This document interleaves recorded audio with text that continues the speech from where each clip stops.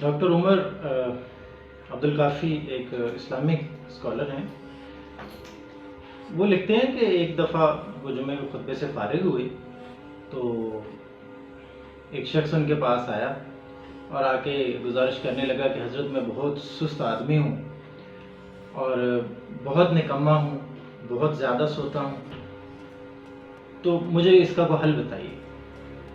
اور کہنے لگا کہ میں اتنا سست ہوں، اتنا سست ہوں کہ میں بس آپ یہ سمجھیں کہ میں کھانے کے لیے بیدار ہوتا ہوں اور اس کے بعد پھر لیٹ جاتا ہوں. نہ مجھے اپنے مستقبل کی کوئی خبر ہے، نہ جو ہے وہ میں مجھے فیملی کا کوئی رسپانسبلٹی میں لیتا ہوں. تو خدا را میری مدد کیجیے اور مجھے اس کا حل بتائیے، کیونکہ میری بیوی مجھے بیکار سمجھتی ہے اور میرے بچے جو ہے مجھے بہت بورنگ شخص سمجھتے ہیں. ڈاکٹر صاحب فرمانے لگے کہ آپ ایسا کریں کہ آپ جو ہے وہ روزانہ کم از کم 100 مرتبہ استغفر اللہ کہا کریں. 100 مرتبہ دن میں اللہ تعالیٰ سے اپنے گناہوں کی معافی مانگیں. وہ شخص بڑا حیران ہوا اور درخواست گزار ہوا کہ ڈاکٹر صاحب میں جو ہے شاید آپ میری بات سمجھے نہیں، میں یہ کہہ رہا ہوں کہ میں بہت سست ہوں، میں اس قدر نکما ہوں کہ مجھ سے کوئی کام نہیں ہوتا، مجھے اپنے مستقبل کی کوئی فکر نہیں ہے، کسی قسم کی ذمہ داری میں نہیں لیتا.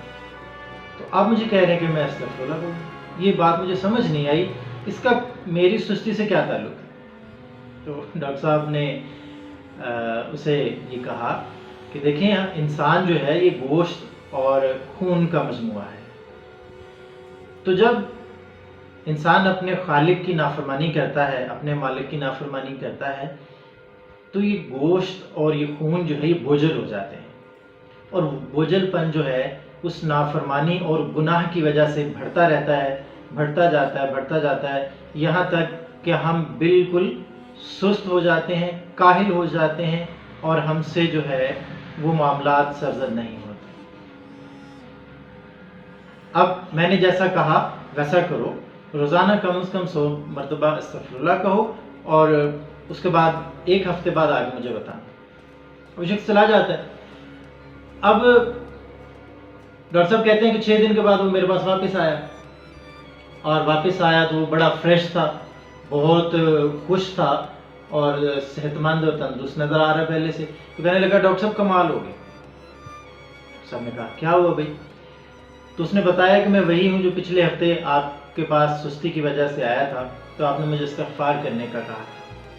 تو اب میں روزانہ جو ہے وہ نہ صرف 100 مرتبہ بلکہ 400-500 دفعہ، بلکہ بعض اوقات میں 1000 دفعہ بھی استغفر اللہ کی جو ہے وہ تسبیحات کرتا ہوں. اور اس سے میں اتنا بہتر محسوس کرتا ہوں کہ اب میرے بچے مجھے بورنگ نہیں سمجھتے ہیں، اب میری بیوی مجھے نکارا نہیں سمجھتی، بیکار نہیں سمجھتی، اور میں اپنے فرائض جو ہے وہ بڑے اچھے طریقے سے ادا کر رہا ہوں آج کل. تو ڈاکٹر صاحب نے جو ہے وہ خوشی کا اظہار کیا. اب ذرا یہاں رک کے دیکھیں، یہ بات بہت حد تک جو ہے درست ہے، بلکہ بالکل درست یہ بات ہے کہ جب انسان اپنے خالق کی نافرمانی کرتا ہے تو وہ اپنے اوپر ایک بوجھ سا محسوس کرتا ہے. ایون اگر کبھی آپ نے ایکسپیرینس کیا ہو، اپنے بڑوں کی آپ نے نافرمانی کی ہو، والد کی نافرمانی کی ہو، والدہ سے کوئی بات آپ نے گستاخی والی کی ہو، تو اس کے بعد آپ جو ہے وہ فریش محسوس نہیں کر سکتے. آپ بوجھل سے رہتے ہیں، آپ گھٹے سے رہتے ہیں، کوئی کام کرنے کو دل نہیں کرتا. تو وہ جو خالق کائنات، مالک کے ہر جہان جو ہے، جب اس کی ہم نافرمانی کریں، اس کے ہم گناہ کا مرتکب ہوں، اس کے احکامات کو نظر انداز کرنے کے مرتکب ہوں، تو یہ کیسے ممکن ہے کہ ہمارے اندر وہ چستی اور وہ شائستگی اور شگفتگی ہے؟ تو یہ بالکل ناممکن سی چیز ہے. تو انسان کو چاہیے کہ ہر وقت جو ہے وہ اللہ تعالیٰ سے اپنے گناہوں کی معافی مانگے. نبی کریم صلی اللہ علیہ وسلم کی حیات طیبہ کا اگر ہم مطالعہ کریں تو اس میں ہمیں نظر آتا ہے کہ آپ صلی اللہ علیہ وسلم ایک نشست میں 70 مرتبہ سے زیادہ استغفار فرماتے تھے. حالانکہ آپ تو وجہ وجود کائنات ہیں، آپ کو کیا ضرورت پڑی تھی؟